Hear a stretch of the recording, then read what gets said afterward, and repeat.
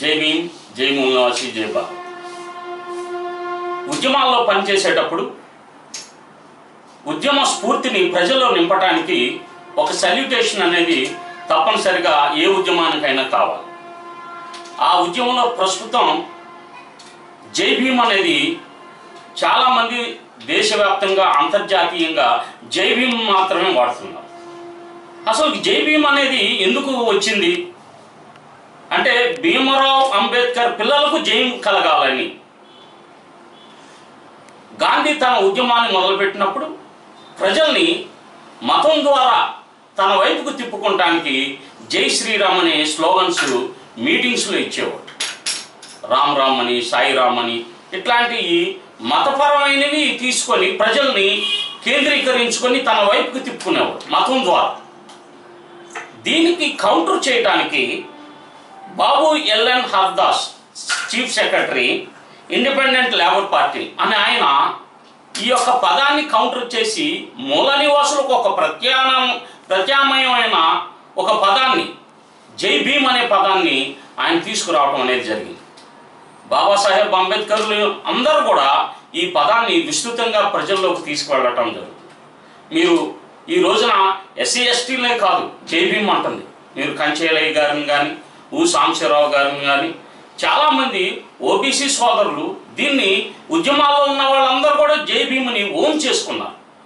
దురదృష్టవశాత్తు ఇప్పుడు అలాగ ఓన్ చేసుకోకుండా బాబాసాహెబ్ని ఎస్సీ షెడ్యూల్ క్యాస్ట్ వ్యక్తి కాబట్టి వాళ్ళకు మాత్రమే పరిమితం చేసి మాకు అక్కర్లేదు మేము జై పూలే అని చెప్పుకుంటామనే కొత్త వాదన కూడా కొంతమంది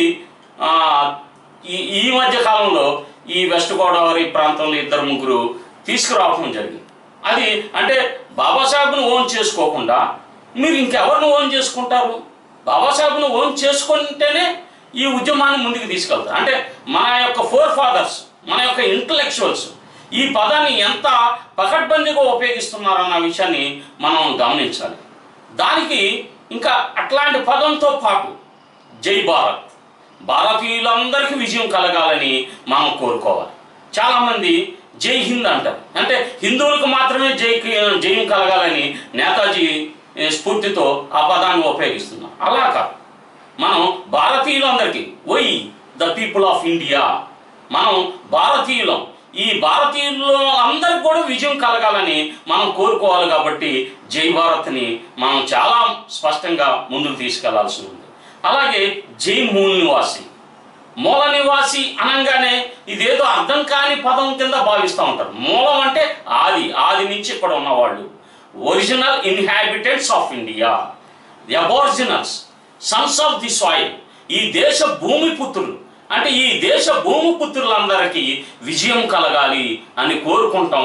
ఈ పదం ద్వారా ఓబీసీ, ఎస్సీ, ఎస్టీ వీళ్ళ నుంచి మతం మార్చుకున్న మిగతా రిలీజియస్ కన్వర్టెడ్ మైనారిటీస్ అందరిని కూడా ఒక పదం కింద, ఒక గొడుగు కింద తీసుకురావడానికి జై మూల నివాసి అనే పదం చాలా ఈ మధ్య మూల నివాసులని ఉపయోగించడం కూడా మనం చూస్తాము. కనుక జై భీమ్, జై భారత్, జై మూల నివాసి అనే పదాలని మనం చాలా పకడ్బందీగా ఉద్యమాల్లో పనిచేసే వాళ్ళందరూ తీసుకువెళ్ళటం ద్వారా ప్రజల్ని ఐక్యం చేయటం.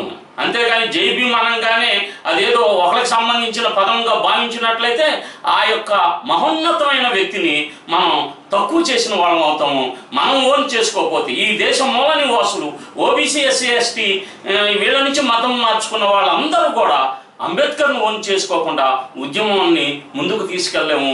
ఈ ఉద్యమం ద్వారానే ప్రజలను ఐక్యం చేసి మెజారిటీ షుడ్ రూల్. ఎప్పుడైనా సరే బహుజన హితాయ బహుజన సుఖాయ, బహుజనులందరూ సంతోషంగా సుఖంగా ఉండటానికి బుద్ధుడు ఏం చేశాడో, కబీర్ ఏం చేశాడో, పూలే గారు ఏం చేశాడో, అంబేద్కర్ గారిని అదే చేసి మార్గాన్ని చూపించారు. ఆ మార్గంలో నడవటానికి ప్రయత్నం చేయాలి తప్పితే మనం రకరకాల మాటల ద్వారా, రకరకాల సల్యూటేషన్స్ ద్వారా ఉద్యమాన్ని నిర్వీర్యం చేయకూడదని ఈ సందర్భంగా మీకు తెలియజేస్తున్నాను. జై భీమ్, జై మూల నివాసి, జై భారత్.